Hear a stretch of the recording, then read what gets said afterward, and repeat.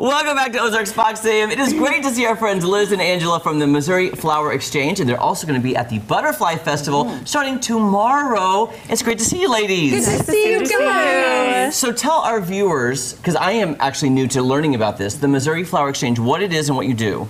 Yeah, so the Missouri Flower Exchange is actually a collective of farmers. So we have 16 different farmers in this area that have come together, and it's a great way for us to be able to connect with each other, but then also a great way for us to be able to move our product to florists and other designers in the area.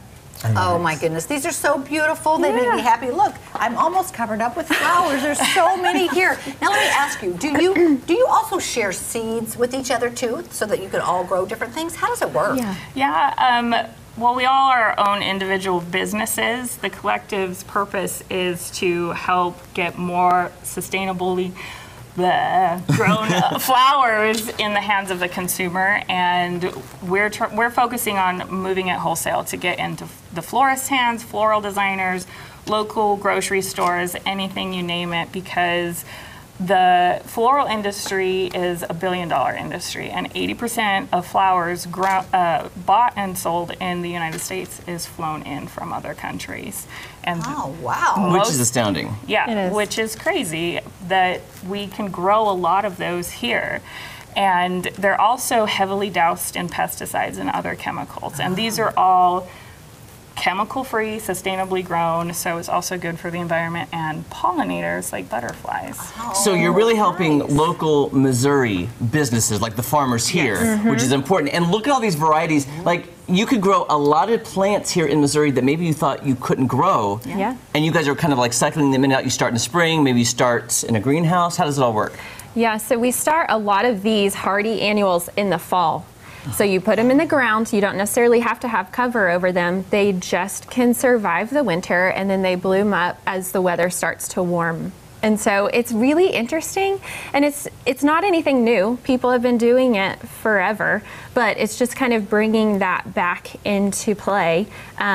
Instead of just buying, sunflowers or zinnias to stick in the ground, it's just researching and finding out what types of flowers can survive the winter here, and growing those and capitalizing on those. Don't they make it sound so easy? I would love to see that process.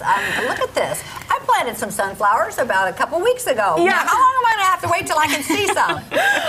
It depends on the variety. I should just leave that to you guys. I get that. The flowers are so beautiful. You're going to be at the Butterfly Festival tomorrow. What are you going to be doing there?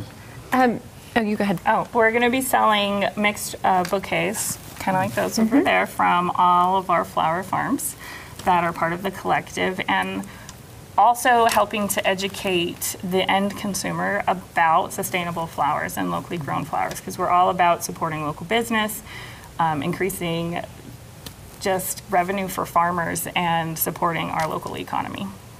Also, too, I met these nice ladies yesterday, and they were so kind to give me some flowers. So I went home and I made a bouquet, and I was going to bring it in, but I didn't want it to wilt in my car. No, I understand. So I took a picture of it. Here it is in my kitchen. There it is.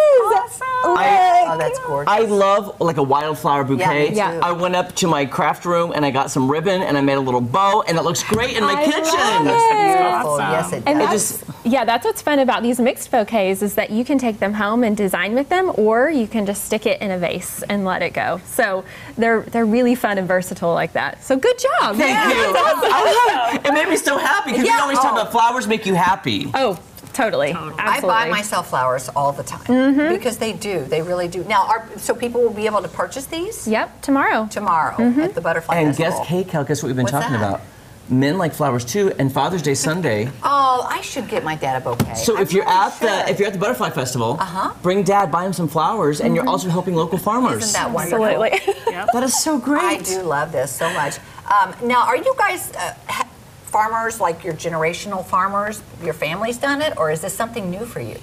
Well, I guess I have generational gardeners, but my great-great-grandparents actually came over from Sweden, and they had an apple orchard. Oh, my. So she was grown with a green thumb. Yes. I guess. What about your green thumb? No.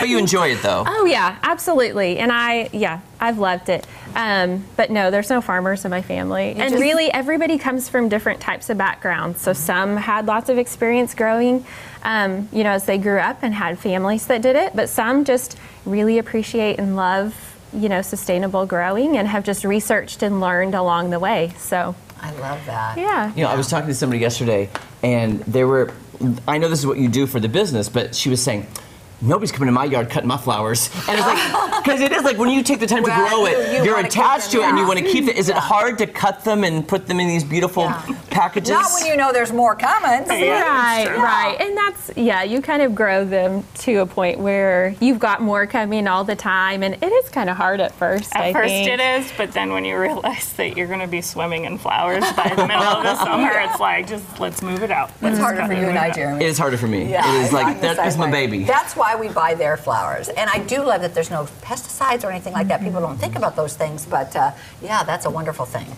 If people want to learn more about the collective or maybe your individual, because there's all the individuals that make up the collective, how do people find you and maybe find your flowers? MissouriFlowerExchange.com, and we have all of our local farmers who are members listed on the website. And there's also a way to shop their flowers online.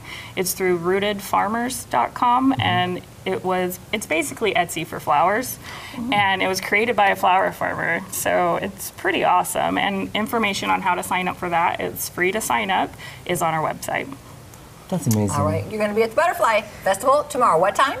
9 to 3. 9 to 3. It's going to be a great day, guys. Thank you so much. Thank you. All right, we'll be back right after this. They're just so beautiful. I just want more. Now, how much so is this? pretty.